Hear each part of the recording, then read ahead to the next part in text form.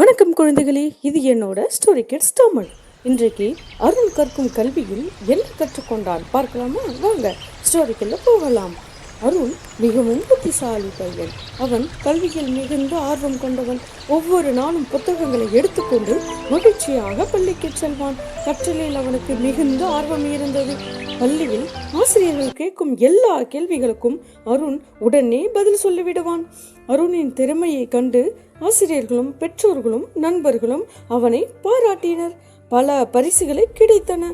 ஆனால் அந்த பாராட்டுகள் அருணின் மனதில் அகந்தையை வளர்த்தன. தன்னை விட யாருக்கும் அறிவில்லை என்று நினைக்க தொடங்கினான். ஆசிரியர்கள் சொல்லும் அறிவுரைகளையும் அவன் அலட்சியப்படுத்தினான். பணிவு இல்லாமல் நடக்க ஆரம்பித்தான். வேடிக்கையை பார்த்து கொண்டு பாடங்கள் கவனிக்கவில்லை.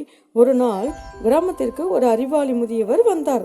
அனைவரும் அவரை மிகுந்த மரியாதையுடன் வரவேற்றனர்.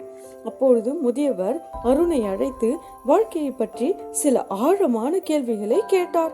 ஆனால் அருணால் பதில் சொல்ல முடியவில்லை.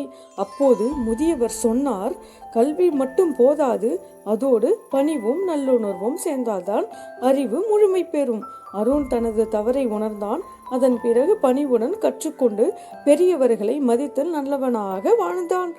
இதைத்தான் திருவள்ளுவர் கூறுகிறார், கற்றதுக்கு உண்மையான பயன் பணிவும் நல்லுணர்வும் சேர்ந்தால்தான் கிடைக்கும். திருக்குறள், கற்றதனால் ஆய பயனின்கொள் வாளறிவன் நற்றால் தொழார் எனின்